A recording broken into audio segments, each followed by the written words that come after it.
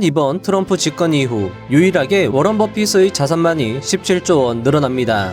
아마 여러분은 궁금하실 것입니다. 어떻게 워렌 버핏만이 자산을 늘릴 수 있었는지 말이죠. 단순히 생각하면 워런 버핏이 더 똑똑해서라고 생각할 수 있지만 이 책 금융투기의 역사를 읽고 나면 그 비결은 정말 단순한 곳에 있다는 것을 알아차릴 수 있습니다. 뉴턴은 혼잣말을 했다고 전해진다. 그들이 돈을 벌고 나는 계산만 하고 있는 건가?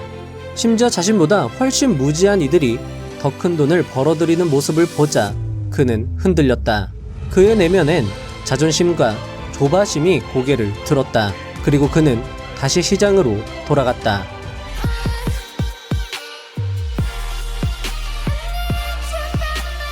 아이작 뉴턴이 전 재산을 날리고 이렇게 말합니다. 나는 전체의 움직임은 계산할 수 있어도 인간의 광기는 계산할 수 없었다.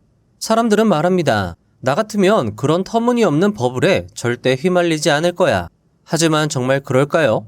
1720년 남해 회사 버블, 1929년 대공황, 1999년 닷컴 버블, 그리고 2008년 금융위기까지 시대만 바뀌었을 뿐 사람들은 똑같이 광기에 휩싸이고 누구보다 똑똑했던 이들마저도 그 안에서 무너졌습니다.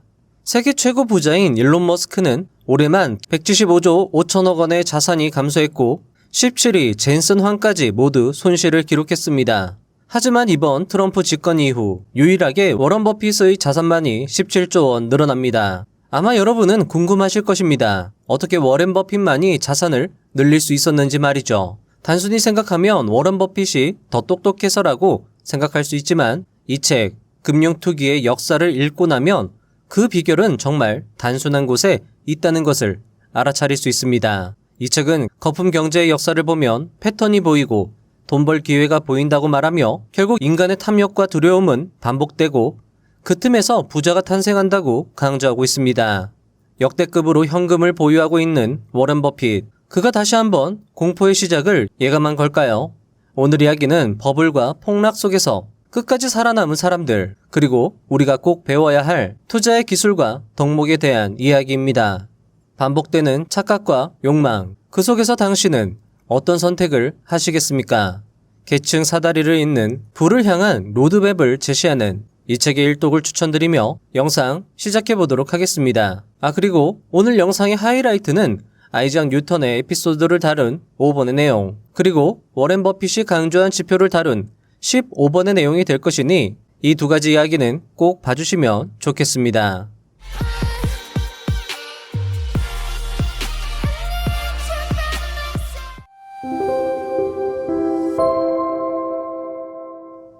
(1) 깨닫게 되는 두 가지 사실.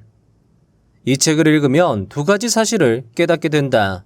첫째, 어처구니 없는 집단적 착각으로 인해 발생한 금융위기가 초래된 것은 우리만의 강한 투기적 성향 때문이 아니라 모든 인류의 유전자 속에 일반적으로 존재하는 매우 인간적인 속성에서 비롯되었다는 사실이다.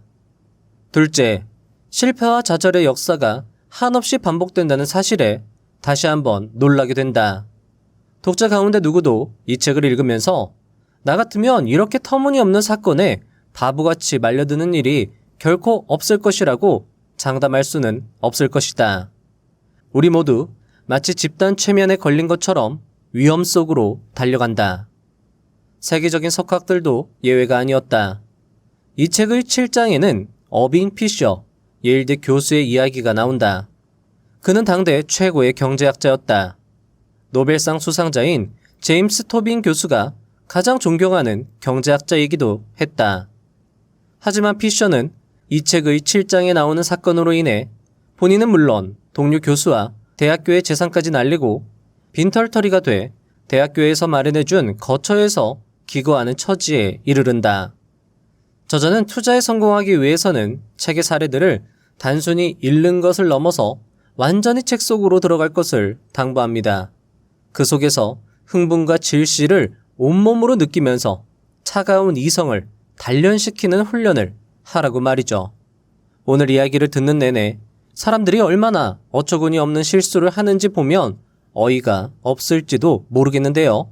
하지만 그것이 우리의 모습, 본성, 본질이라는 사실을 깨닫고 가슴이 서늘해지실지도 모르겠습니다. 어쩌면 우습지만 어쩌면 무섭기도 한 이야기 시작해보도록 하겠습니다. 2. 거품으로 만들어진 세계.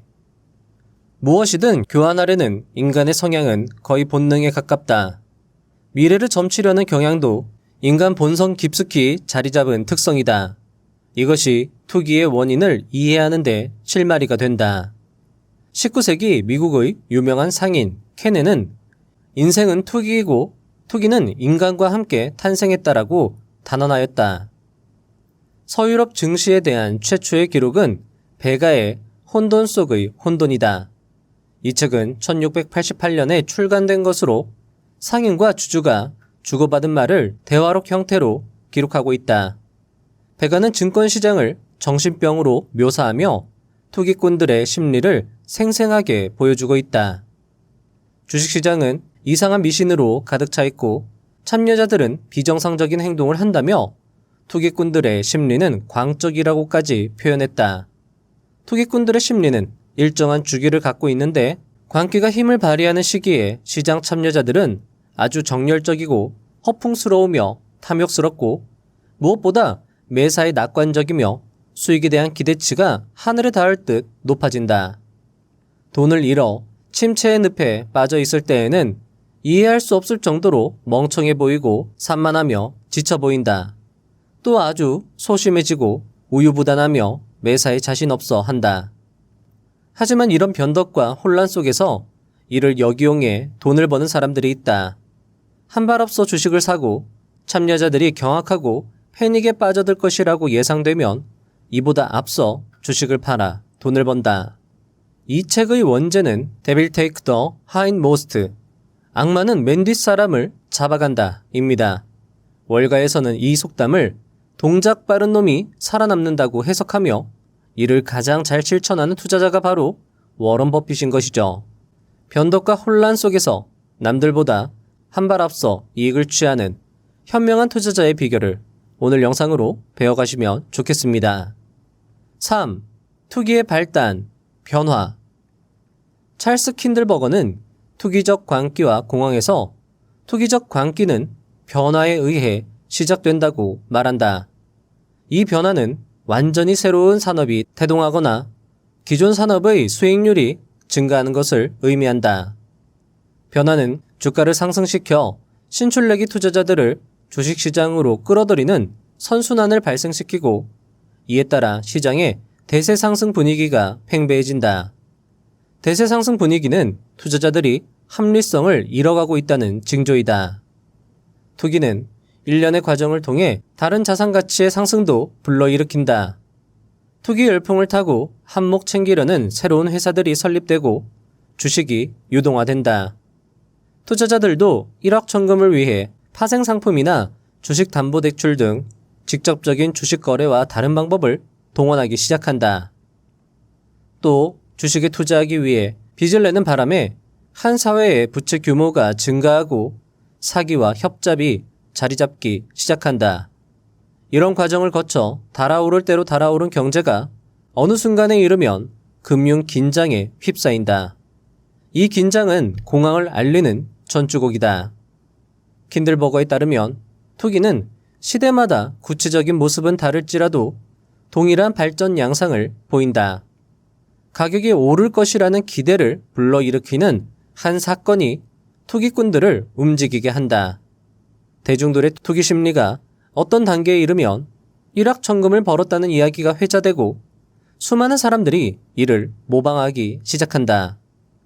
투자자들의 인식과 형태가 지난 3세기 동안 크게 바뀌지 않았다면 투기의 성격과 발전 패턴도 변하지 않았다고 말할 수 있다. 1690년대 투자자들이 보물 인양 회사 등과 같은 기업들의 광적인 관심을 보였듯이 현재 투자자들도 새로운 기술을 보유한 회사의 주식에 대한 투기 열풍에 쉽게 휩싸일 수 있다. 금융 저널리스트이면서도 역사가였던 제임스 그랜트는 과학과 기술은 크게 진보했지만 금융은 반복된다고 말했다. 흔히 인간 본성이 변하지 않는 한 투기의 성격도 변하지 않는다고 한다. 탐욕과 수익에 대한 욕망은 보편적인 인간 성향이다. 이는 시간과 공간을 떠나 모든 사람들 속에 자리 잡고 있는 것이다. 4. 뉴턴도 당해버린 남의 주식회사 버블 사태. 이번 이야기는 희대의 물리학자 뉴턴을 비롯해 수많은 귀족, 평민, 상인들이 전 재산을 잃고 파산의 지경으로까지 치닫은 남의 주식회사 버블 사태에 대한 이야기입니다. 이 버블을 정부가 주도했다면 믿겨지시나요? 이번 이야기는 저자의 이야기에 조금의 각색을 더해서 작성해 보았습니다. 함께 들어보시죠. 사람들은 모두 부자가 되길 원했다. 하지만 그 누구도 무엇으로 부자가 될 수 있는지는 몰랐다. 1720년 영국 런던. 거리를 걷는 사람들의 눈빛엔 이상한 광기가 서려 있었다. 누군가는 보석을 팔아 주식을 샀고 누군가는 집을 담보로 돈을 빌려 그것을 또 샀다. 그들이 그렇게까지 집착한 것은 바로 사우스시 컴퍼니, 즉 남의 회사라는 이름을 가진 회사였다. 당시 영국은 오랜 전쟁과 탐험, 무리한 지출로 국가 재정은 말라붙었고 누적된 국채는 5천만 파운드를 넘기고 있었다. 당시로선 천문학적인 액수였다. 그때 한 가지 제안이 나온다. 민간 회사에 국가 부채를 넘기고 국민들에게 그 회사를 통해 국채를 주식으로 바꿀 수 있는 기회를 주자는 것이다. 이 아이디어는 정부와 기업, 그리고 사람들의 욕망이 뒤엉킨 거대한 거품의 씨앗이 된다. 남의 회사는 정부와 계약을 맺고 남아메리카와의 무역 독점권을 가졌다고 주장했다. 저기 보세요. 남미에는 금이 있습니다. 은도 있고요. 향신료, 설탕, 노예까지. 그 모든 걸 우리가 독점한다면 이 주식은 앞으로 얼마나 오르겠습니까? 들려오는 이야기는 매번 달콤했고 그럴듯한 포스터와 유력 인사들의 이름은 사람들의 신뢰를 얻기에 충분했다. 이야기는 점점 부풀었다. 남해는 보물섬이다. 주식만 사두면 몇 달 안에 10배는 오른다. 그리고 정말 그랬다. 단 몇 달 사이 이 회사의 주가는 10배 가까이 올랐다. 귀족들은 가문의 보석을 팔아 주식을 샀고 상인들은 창고에 있던 재고를 헐값에 넘기고 그 돈으로 증권소로 향했다. 평민조차 말했다. 저 집 하녀가 사우스시 주식을 샀다더군요. 지금은 하녀지만 곧 숙녀가 될지도 몰라요. 그야말로 광기였다. 수많은 유사 회사들이 우후죽순 생겨났다. 말만 그럴듯한 기업이 등장했고 한 회사는 아예 이렇게 광고했다.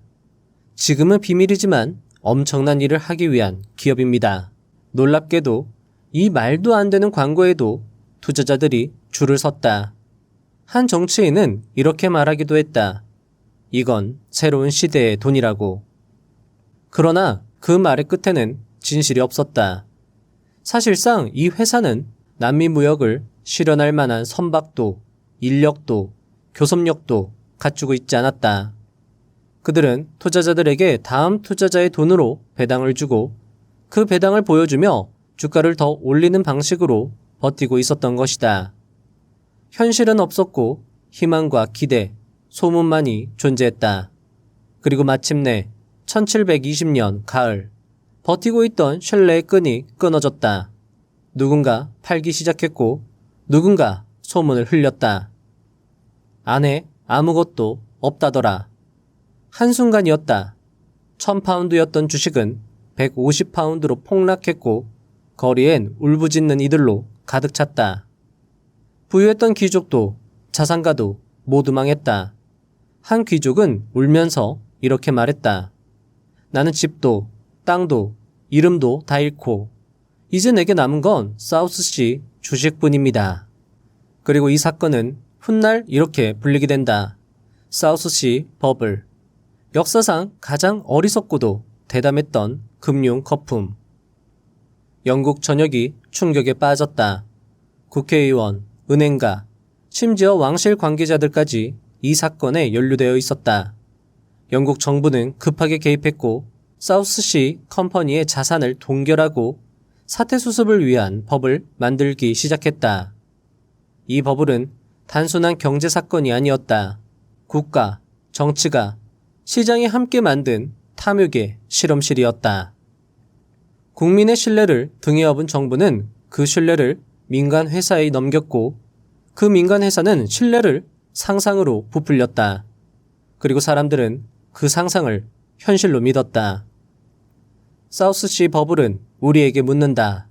우리는 과연 무엇을 믿고 있는가? 높은 수익률인가? 유명인의 말인가? 아니면 모두가 몰려가고 있다는 그 방향인가? 버블은 사라지지 않는다. 형태를 바꿔 반복될 뿐이다. 5. 뉴턴의 계산은 정확했지만 아이작 뉴턴경, 만류인력의 법칙을 발견해낸 위대한 과학자이자 17세기 최고의 수학자였던 그는 놀랍게도 주식시장에서도 꽤 현명한 투자자로 알려져 있었다. 그가 1720년 남의 회사의 주식을 처음 샀을 때만 해도 시장에는 이미 달아오른 기대감이 퍼져 있었다. 하지만 뉴턴은 신중했다. 조심스럽게 투자했고 과열이라 판단했을 때 매도하여 약 7,000파운드 가량의 수익을 챙겼다. 지금 원화 가치로 약 150억 원에 해당하는 수익이었다. 그때까지만 해도 그는 생각했다. 거품이야, 곧 터질 거야. 그런데 그가 판 뒤에도 주가는 계속 올랐다. 2배, 3배. 사람들은 거리에서 서로 주식 이야기를 나눴다. 무명의 상인, 농부, 심지어 하녀들까지 상상 이상의 수익을 자랑했다. 뉴턴은 혼잣말을 했다고 전해진다. 그들이 돈을 벌고 나는 계산만 하고 있는 건가? 심지어 자신보다 훨씬 무지한 이들이 더 큰 돈을 벌어들이는 모습을 보자 그는 흔들렸다. 그의 내면엔 자존심과 조바심이 고개를 들었다. 그리고 그는 다시 시장으로 돌아갔다. 이번엔 훨씬 큰 금액을 쏟아부었다. 자신이 벌었던 수익보다 몇 배 많은 돈. 그는 말없이 그러나 단호하게 재진입했다. 그러나 거품은 언제나 가장 화려할 때 터지는 법이다. 1720년 여름, 남의 회사의 주가는 순식간에 무너지기 시작했다. 뉴턴이 매수한 지점은 거의 꼭지에 가까웠다. 그는 평생 모은 자산 중 약 2만 파운드를 잃었다. 지금 원화 가치로 약 400억 정도 됩니다. 후에 뉴턴은 이렇게 말했다. 나는 천체의 움직임은 계산할 수 있어도 사람들의 광기는 계산할 수 없었다. 천재 과학자도 탐욕 앞에서 속절없이 무너지는 것이 참 안타까웠습니다. 정말 욕심이란 감정의 위력을 다시금 느끼게 하는 그런 에피소드였습니다. 아마 여러분도 남의 회사 이야기에서 뭔가 깨달음을 얻으셨을 것이라 생각이 듭니다. 6. 버블 이후 영국. 남의 주식회사 버블 사건으로 많은 사람들이 피해를 입었고 영국 정부의 신뢰까지도 바닥을 쳤습니다. 이후 영국 경제는 어땠을까요? 저자의 이야기는 계속됩니다. 손해를 본 사람들의 탄식이 길게 이어졌지만 버블에 이은 경기 침체는 지속되지 않았고 상처도 입지 않았다. 영국 경제를 장악하고 있던 런던 주요 상인들은 4차 주식 청약에 참여하지 않았고 보유하고 있던 주식도 붕괴 직전에 처분했기 때문이다. 남의 회사의 주가가 85% 폭락하고 영란은행과 동인도 회사의 주가가 3분의 2 수준까지 떨어져도 1721년 영국의 부도 건수는 전년도보다 크게 늘지 않았다. 그리고 경기 회복도 빨랐다. 버블 붕괴 이후 영국은 금융 시스템의 재정비에 나섰다. 의회는 관련 법안을 정비했고 증권 발행과 회계에 대한 규제의 필요성을 절감했다. 이 사건은 영국에게 값비싼 교훈이 되었지만 놀랍게도 그것이 영국 금융의 몰락으로 이어지지는 않았다. 오히려 그 위기를 딛고 영국은 더 단단한 금융 제도를 구축하게 된다.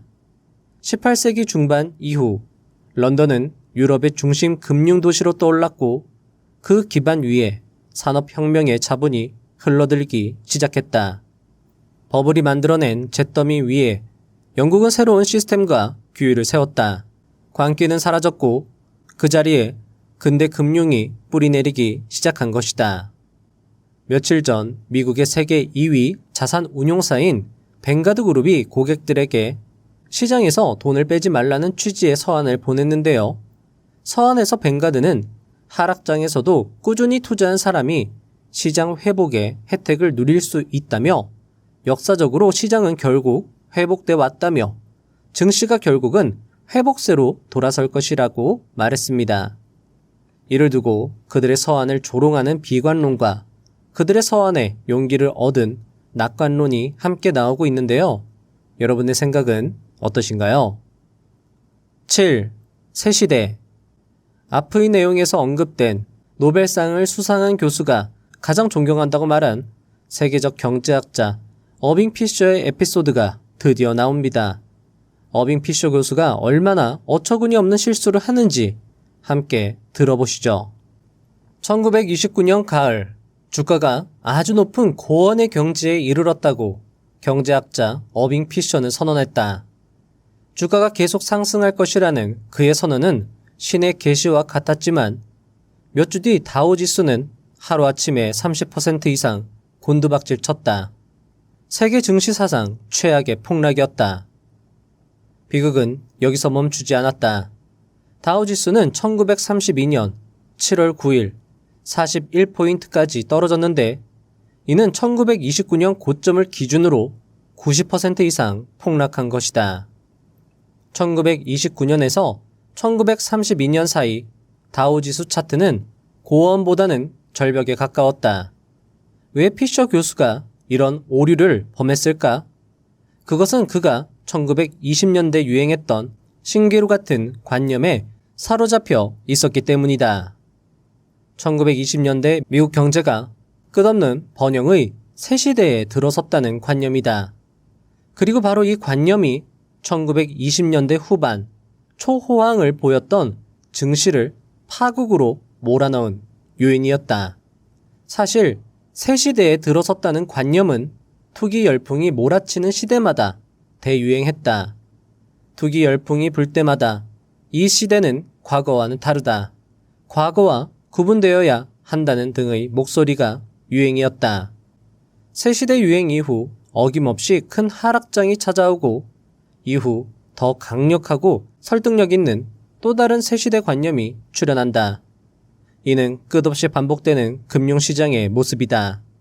에드거 로렌스 스미스는 고점에서 주식을 샀을 때에도 투자 원금을 회복할 수 있는 순간은 꼭 온다며 또 주식 투자자가 원금 손실을 입을 확률이 15년 동안 1%도 되지 않았다고 목청을 돋우었다.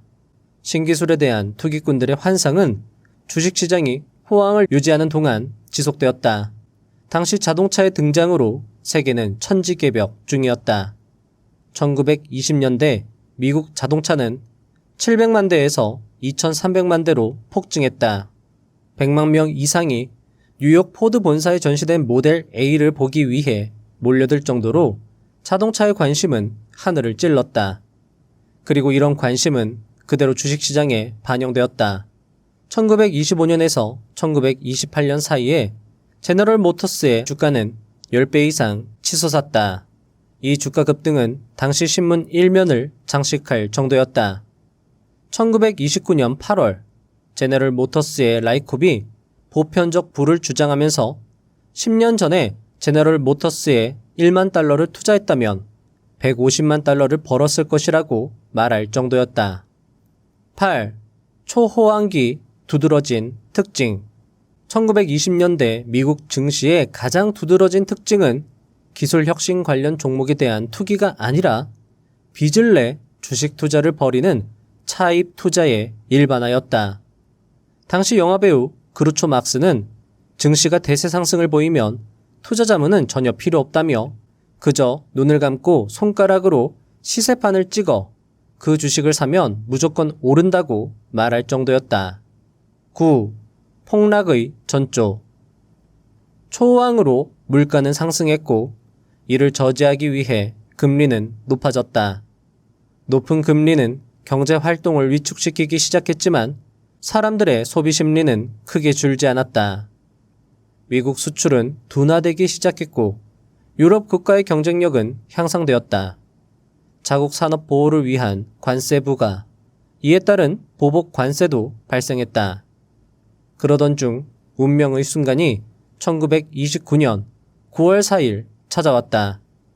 투자 자본업자 로저 베브스는 증시 붕괴가 임박했다고 경고한 것이다.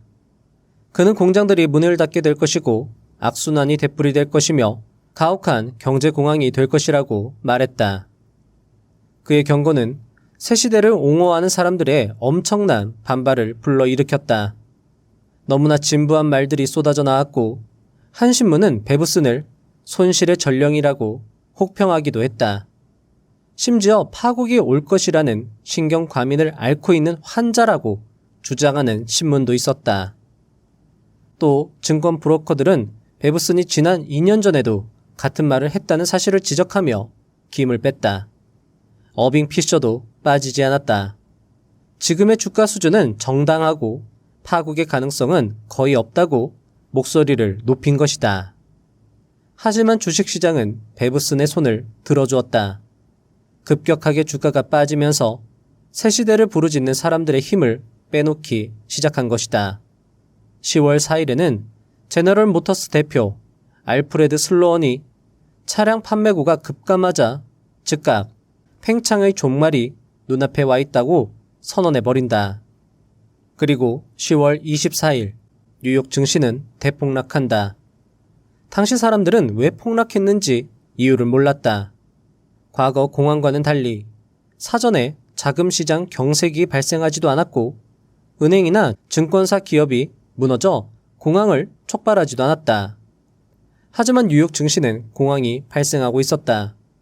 개장 30분 만에 지수가 10% 폭락했고 상당수의 종목의 매수 주문이 전혀 들어오지 않았다. 엄청난 소용돌이가 몰아치기 시작한 것이다. 10. 폭락의 시작. 이후 유수 은행장들이 JP모건 회의실에 모여 주식 매수를 결의하고 증시 안정화를 천명하자 시장은 안정화되기 시작했다. 하지만 검은 목요일은 시작에 불과했다. 이틀 동안 거래소는 조용했고 주말이 되자 증권사들은 모종의 조치를 취하기 시작했다. 직원들이 늦게까지 자리를 지키면서 온갖 자료들을 폐기했고 마진론을 끌어다 쓴 고객들에게 상환을 요구하는 전보를 준비했다. 월요일인 10월 28일 재앙이 본격화되기 시작했다. 다우지수가 38포인트 하락해 260으로 주저앉은 것이다. 이로써 최대 폭락 기록이 경신되었고 주가 표시가 3시간 동안 지연되었다. 이날 내내 외국 은행들과 기업들은 긴급히 대출을 회수했다.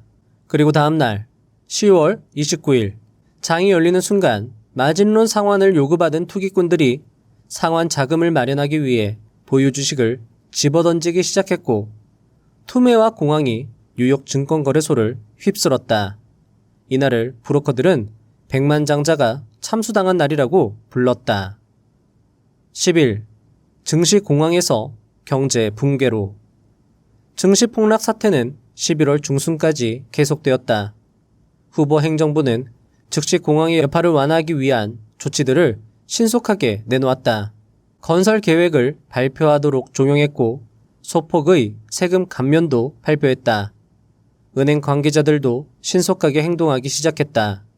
연방준비제도 이사회는 기준금리를 5%로 낮췄고 2주 뒤에는 0.5포인트의 인하를 추가로 발표하였다. 증시 공황으로 주요 은행과 증권사들이 도산했다는 소식은 전해지지 않았다. 대기업들도 정상적으로 활동했다. 이후 주가는 반등하기 시작했고 며칠 동안 25%가 회복될 정도로 상승세가 두드러졌다. 다우지수가 반등하자 다시 낙관론이 등장하기 시작했다. 주가 폭락을 이용해 저가 매수에 뛰어든 당시 개인 투자자들도 공황이 끝났다고 판단했다. 수많은 기업이 엄청난 수익을 올렸다는 경영 실적이 발표되기 시작했고 메이저 은행들이 자본 조달에 성공했다는 소식에 사람들은 안도하기 시작했다. 1930년 3월 후보 대통령도 공황 종말을 선언했고 4월이 되자 다우지수가 300선을 돌파해 1929년 10월 붕괴 이후 저점을 기준으로 50% 회복했다. 하지만 다우지수의 고개 비행은 1930년 봄 끝내 추락하고 만다. 이후 주가는 1932년까지 쭉 하락한다. 이 사이에 미국 GDP는 1929년 수준에서 60%가 줄어들었고 실업자 수는 1250만 명까지 늘어났다. 농업 인구를 뺀 나머지 국민의 3분의 1이 일자리를 잃은 셈이다. 미국 전체가 디플레이션의 늪에 빠졌고 기업인들에 대한 칭송도 사라졌다. 이때 많은 기업과 투자자들이 파산했다. 12. 1920년 신경제와 1990년 신경제. 1990년대 미국은 1920년대와 유사한 초호황을 경험한 바 있다. 1990년대와 마찬가지로 1920년대에도 초저금리 정책으로 주가는 폭등했다. 1920년대는 자동차 산업이 미국 경제의 성장 엔진이었듯이 1990년대는 인터넷이 성장의 견인차 노릇을 하고 있었다. 두 시대 모두 노동조합이 무력화되어 임금 상승률이 어느 때보다 낮아 기업들의 순이익이 급속히 늘었다. 1990년대 미국 투자자들은 1920년대 투자자와 마찬가지로 투기적인 단기 수익보다는 장기 투자를 위해 주식을 사들이고 있다고 스스로 확신하고 있다. 제임스 그랜트가 바이 앤 홀드, 매수 뒤 장기 보유라는 말이 영어에서 가장 대중적인 세 단어 I love you를 밀어내고 그 자리를 차지했다고 말할 정도였다. 1990년대와 1920년대 투자자들은 주가 하락을 저점 매수의 기회로 보는 경향이 있다. 따라서 떨어지던 주가는 곧 회복했다. 인플레이션 기간 동안에도 소비자들의 구매력이 떨어지지 않았다는 점도 같았다. 낮은 금리, 새 시대의 도래, 주가 상승의 확신, 비투 증가 등이 버블의 공통적 특징이었지만 또 다른 특징은 버블 이후 주식시장이 크게 무너져도 이후 더욱 튼튼한 금융체계 아래에서 주가는 더 크게 상승했다는 것입니다.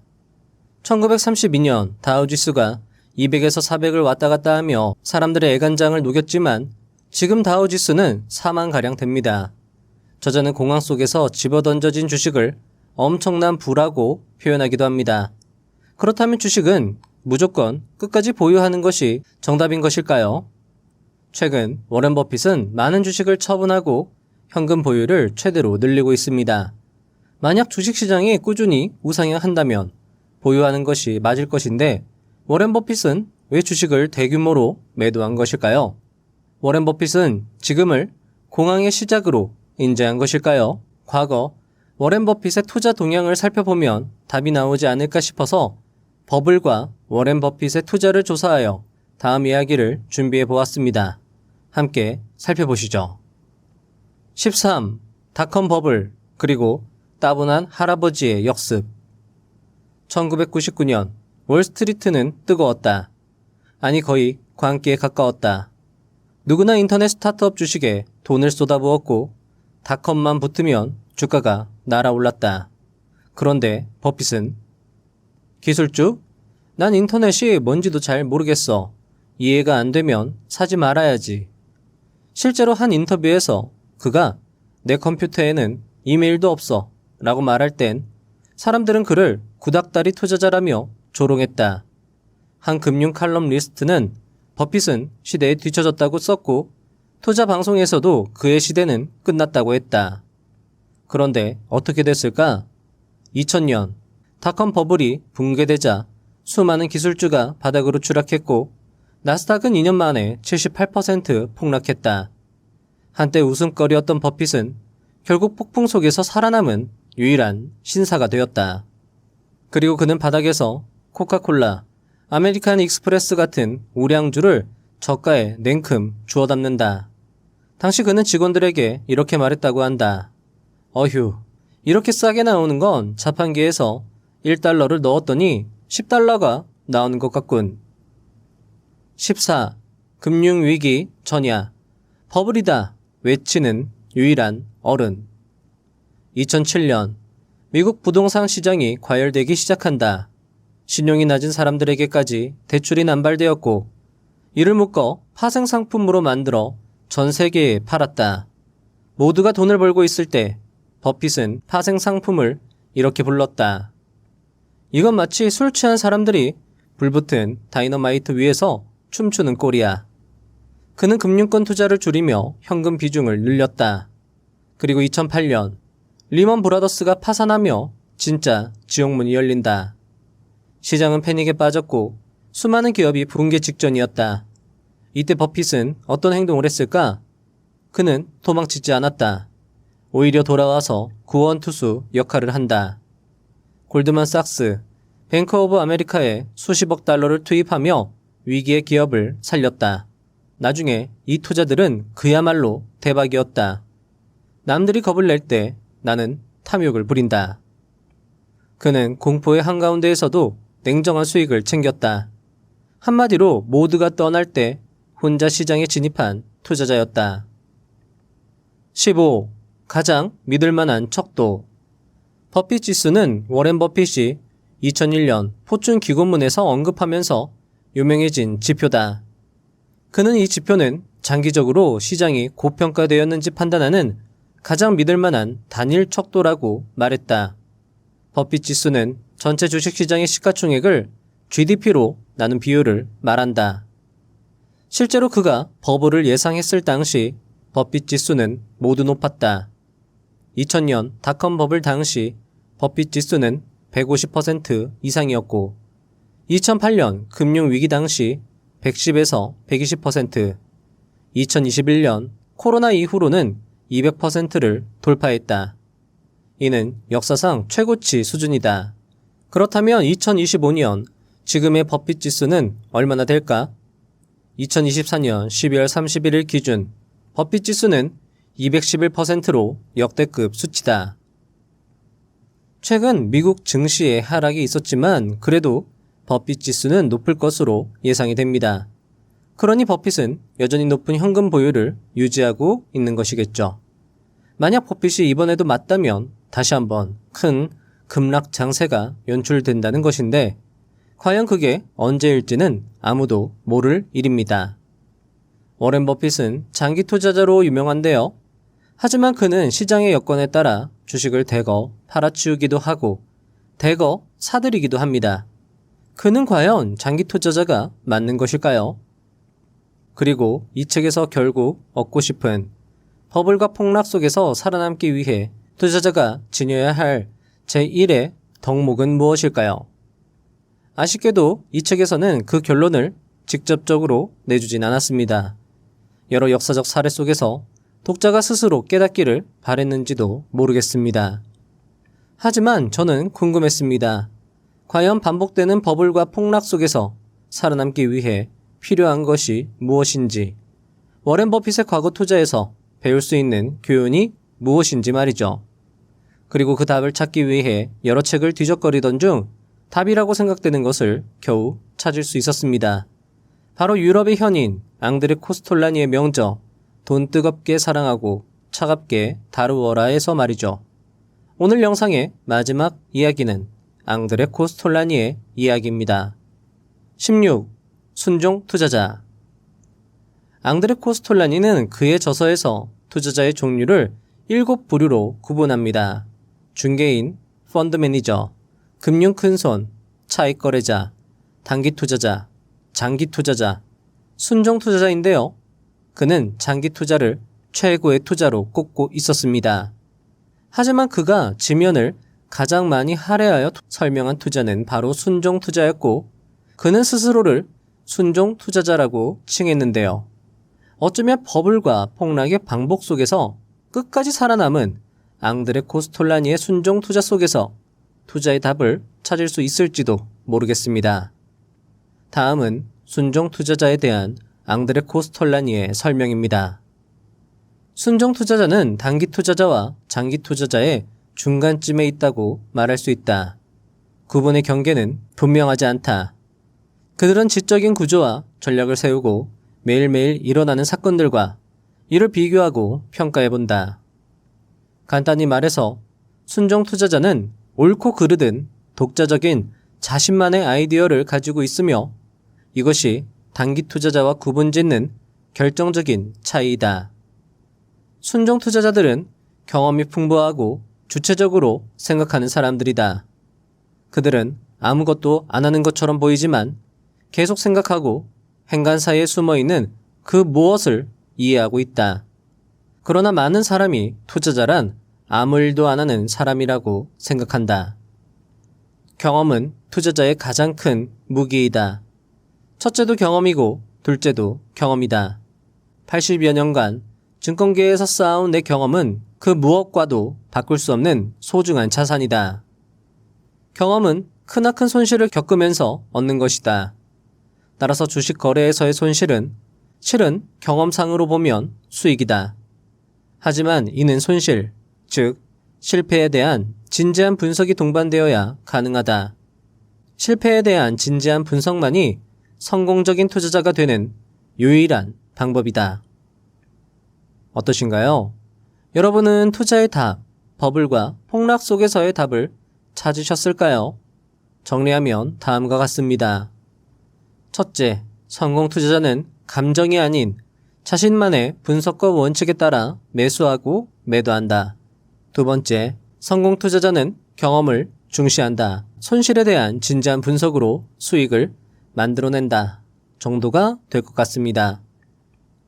여러분은 버블과 공황을 구분할 수 있는 자신만의 분석법과 그에 따른 매매법이 있으실까요? 실패를 복귀하고 그 경험을 토대로 다시 투자를 시도하고 계실까요? 저는 부자의 선 채널과 함께하는 모든 분들이 이미 그렇게 하고 계실 것이라 생각합니다. 만약 그렇지 못하더라도 지금부터 부자의 선 채널과 함께 배워나가 보는 것도 좋을 것 같습니다.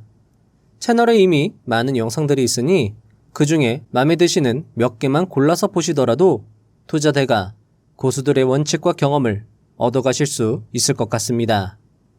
마치며 경험이 중요하다는 측면에서 버블의 역사를 간접 경험하게 하는 이 책을 읽어볼 가치는 충분하다 할 것입니다.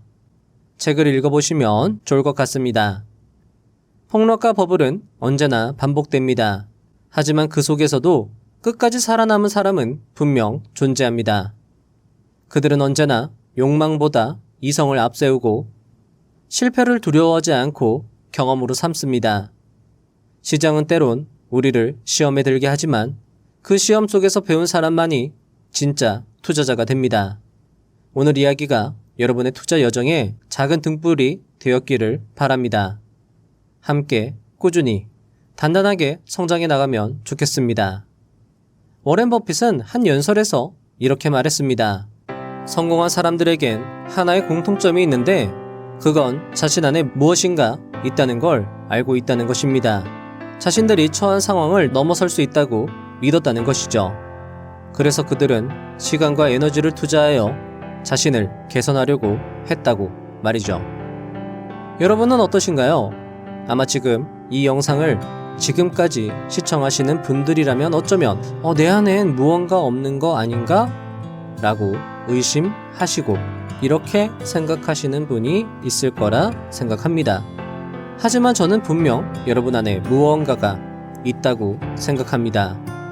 왜냐하면 여러분은 시간과 에너지를 투자하여 자신을 개선하기 위해 이 영상을 끝까지 시청하고 계시고 있으니 말이죠. 여러분은 자신이 처한 상황을 넘어설 수 있다고 믿고 있습니다. 그리고 자신 안에 무언가가 있다고 분명 알고 있습니다. 의식적으로 인식하진 못해도 무의식적으로 인식하고 있을 겁니다. 그러니 이 긴 영상을 끝까지 보고 계신 것이죠. 저는 여러분이 분명 투자로 성공하실 수 있을 거라 확신합니다. 될 때까지 하는 사람은 분명 되니까 말이죠. 누가 얼마 벌었다. 누가 좋은 차를 타더라. 누가 좋은 옷을 입더라. 이런 것들에 흔들리지 마시고 여러분의 길을 걸어가시면 좋겠습니다. 그리고 그 끝에 그것들이 다 있을 겁니다. 좋은 차, 좋은 옷, 많은 부, 그것들이 말이죠. 결국 가질 수 있는 것들이니 부러워할 필요가 전혀 없을 것입니다. 끝까지 포기하지 않고 실패 속에서 교훈을 얻고 많은 것을 보고 듣고 경험을 쌓는다며 여러분이 누구든 간에 원하는 모든 것을 이룰 수 있을 것입니다. 부자의 선 채널은 그런 여러분들 뒤에서 항상 응원하고 도움드리도록 최선을 다하겠습니다. 다음 영상도 알차게 준비하여 오겠습니다. 감사합니다. 부자가 되는 지름길로 저와 함께 달려가시죠.